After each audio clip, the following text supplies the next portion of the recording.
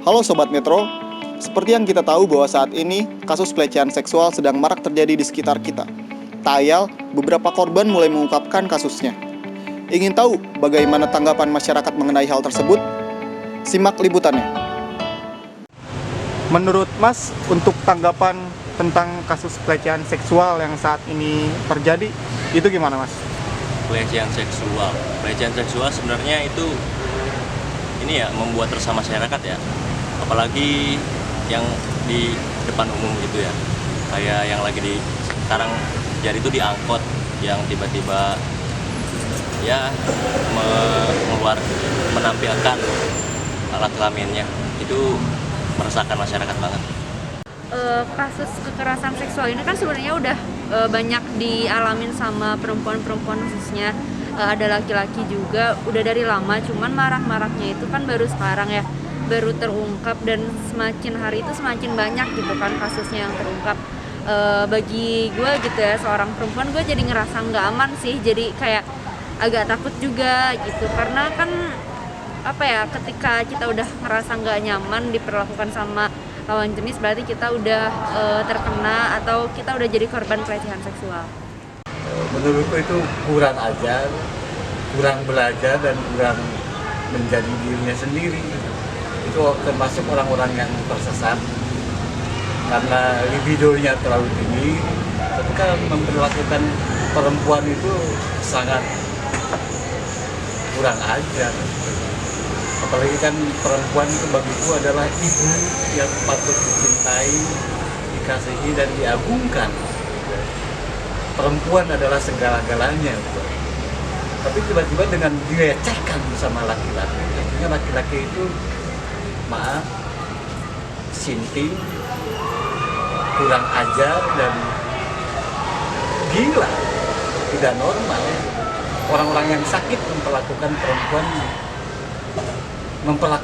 perempuan dilecehkan. Yang saya tahu sih, pelecehan seksual itu ketika suatu perkataan atau suatu perbuatan itu tidak diterima oleh korban secara verbal maupun non-verbal. Istilahnya seperti, mungkin kalau banyak yang terjadi kayak catcalling.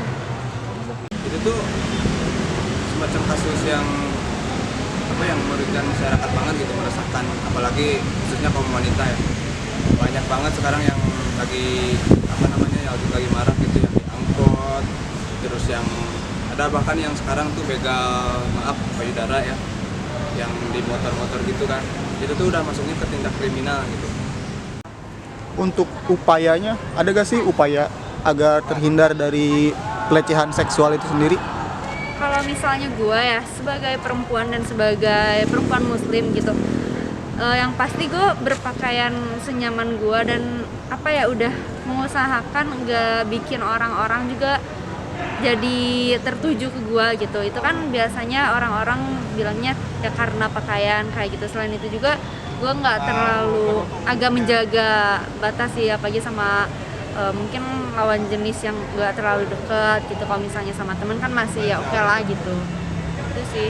Kalau dari saya sendiri ya paling saya ya belajar mengenai apa itu pelecehan seksual, kayak nggak boleh gitu ngeganggu privasi orang lain.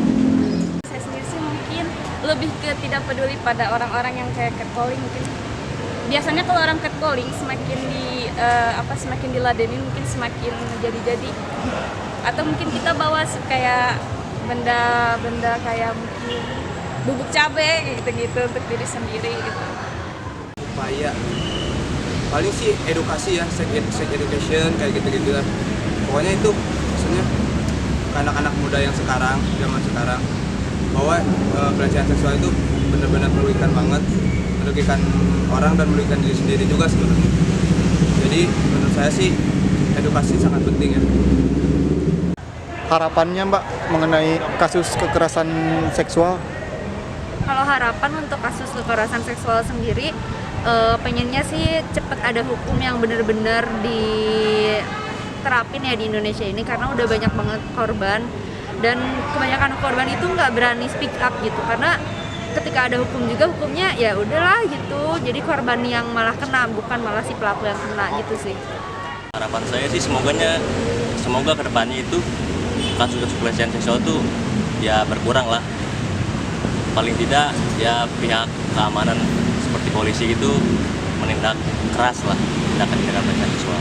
Harapannya sih pasti semua orang nggak mau ya ada pelecehan seksual gitu ya. Tapi balik lagi kepada diri sendiri gitu, jaga diri sendiri. Terus untuk orang-orang yang sering melakukan itu tolonglah jangan lagi gitu. Karena kita juga sesama mungkin di rumah ada orang tua, di rumah ada adik atau kakak yang bisa menjadikan kita tidak berbuat seperti itu. Harapannya semoga ya kedepannya anak-anak muda bisa berpikir jernih, bisa bisa memikirkan memikirkan hal yang harus dilakukan sebelumnya gitu. Jadi melakukan hal-hal baik lah pokoknya intinya. Saya Muhammad Iqbal Farizi, sekian liputan yang dapat saya laporkan. Jika kalian ingin tahu beberapa update informasi yang lainnya, silahkan cek di Metropolitan TV. Sekian.